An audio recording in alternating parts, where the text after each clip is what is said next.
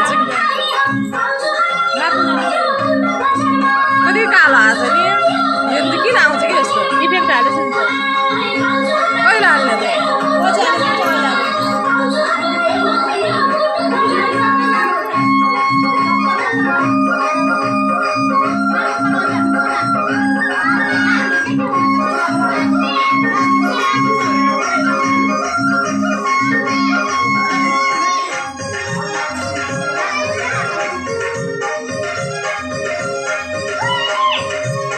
मरक कमर